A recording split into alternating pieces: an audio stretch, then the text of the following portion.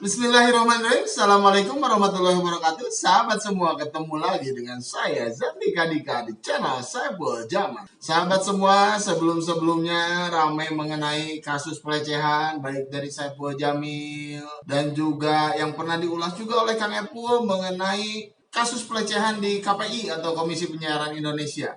Ya, sekarang juga nggak jauh beda, masih tetap membahas tentang seputar pelecehan yang terjadi di Komisi Penyiaran Indonesia. Aduh, kalau saya pribadi jadi ikut miris juga ya. Yang seharusnya mereka lakukan sebagai Komisi Penyiaran Indonesia itu untuk mensensor, untuk mensortir tampilan agar tidak terjadi perilaku-perilaku yang negatif. Tapi di dalam KPI itu terdapat oknum-oknum yang melakukan tindakan yang negatif. Dan ini yang uniknya yang saya temukan adalah para pelakunya, pelaku perundungan dan pelecehan seksual dari KPI ini, mereka melakukan pelaporan balik terhadap MS. Wah, udah kebalik-bolak aja nih aturan. Kebolak-balik aja nih aturan. Kita baca dulu aja ya beritanya ya, biar nggak salah nih. Pegawai KPI, pelaku perundungan laporkan balik korban MS. Dari media Indonesia. Ya, pelaku itu bisa melaporkan juga. Ya, kalau dugaan saya nggak akan jauh, pasti ujung-ujungnya pencemaran nama baik. Kita baca aja biar nggak gagal paham. Terlapor atau terduga pelaku perundungan dan pelecehan seksual yang merupakan karyawan KPI berencana melaporkan balik korban MS akibat identitas pribadi mereka disebar melalui rilis atau pesan berantai di aplikasi perpesanan. Kuasa hukum terlapor RT dan EO, Tegar Putuhena, menyatakan rilis pers tersebut berisi identitas pribadi para terlapor atau nama jelas yang mengakibatkan cyberbullying, baik terhadap terlapor maupun keluarga mereka. Wah, kena serangan balik langsung laporan. Bayangin korban MS berapa tahun tuh laporannya baru diterima karena viral. Dia baru dibully berapa bulan nih? Coba menurut sahabat berapa bulan? Kalau menurut saya pasti belum 1 tahun. Udah dilaporkan. Nah, yang terjadi cyberbullying baik kepada klien kami maupun keluarga dan anak itu sudah keterlaluan menurut kami. Kami berpikir akan menimbang secara serius untuk melakukan pelaporan balik terhadap si pelapor. Ya, menurut Anda itu sudah sangat serius. Coba pertimbangkan lagi apa yang para pelaku ini lakukan saat dulu. Apakah itu belum kelewatan atau belum keterlaluan? Sudah pasti keterlaluan juga. Dan ini mereka baru merasakan udah langsung melapor aja. Semua unsur pidana akan kami pelajari. Misalnya, pertama, membuka identitas pribadi secara tanpa hak itu sudah melanggar Undang-Undang ITE. Kemudian dari situ disebarluaskan, terjadi cyberbullying terhadap keluarga, foto keluarga disebarkan. Itu juga akan kita pertimbangkan, lanjut kata Tegar. Yaitu agak unik juga nih aturan hukum di kita. Di saat pelapor itu bisa dilaporkan balik. Oke lah, yang dipakainya ini pencemaran nama baik karena menyampaikan identitas tanpa izin. Tapi kan di situ juga disampaikannya, kalau nggak salah di saat rilis pers kan, jadi di saat menyampaikan bahwa si korban ini MS ini pernah dilecehkan oleh anu dan dijelaskan kronologisnya. Ya kalau misalnya netizen Indonesia malah mencari tahu pelaku-pelakunya dan menyebarkan, ya itu beda lagi cerita. Nah, ini juga kuasa hukum daripada para pelaku ini itu juga katanya mengancam akan melaporkan para netizen.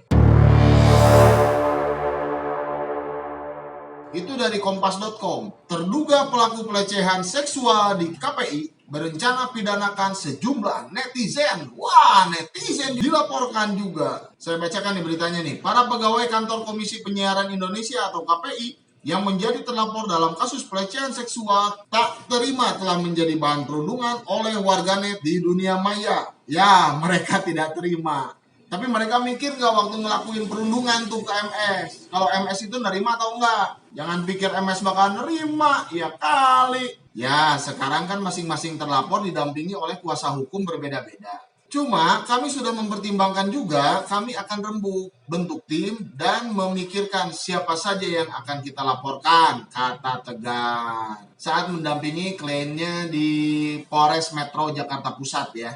Tuh kan, berarti kasus perundungan atau bahkan pelecehan yang sudah bisa disebut pelecehan seksual yang gak jauh beda sama Saipul Jamli, ini kan berarti bukan kasus biasa. Ini merupakan kasus hukum yang berdampaknya panjang. Jadi tolong, untuk para pelaku ini juga harusnya berpikir juga dong dulu. Di saat mereka menjadi pelaku, gimana perasaannya MS? Nah sekarang kalian rasakan. Dan itu diserang oleh para netizen langsung. Ya walaupun memang itu penyebaran identitas tanpa izin itu memang melanggar undang-undang. Cuman ya gimana nih menurut sahabat nih? Apakah dikatakan ya wajar dia juga pernah jadi pelakunya dan sekarang dia biar merasakan menjadi korban, atau bagaimana menurut sahabat? Coba deh sahabat sampaikan di kolom komentar. Tapi menurut saya nih secara pribadi, saya ambil sudut pandangnya gini. Di saat ada sebuah kasus pelanggaran hukum dan ada yang melaporkan dan pelapor itu dilaporin balik juga,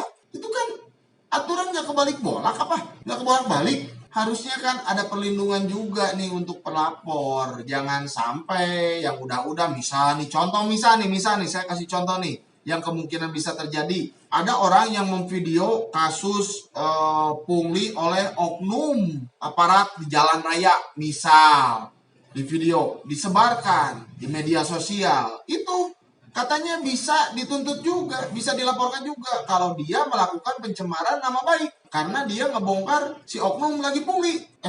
Gitu nggak ya? Nggak tahu lah. Udah aja lah ya. Sekian. Assalamualaikum warahmatullahi wabarakatuh. Ciao.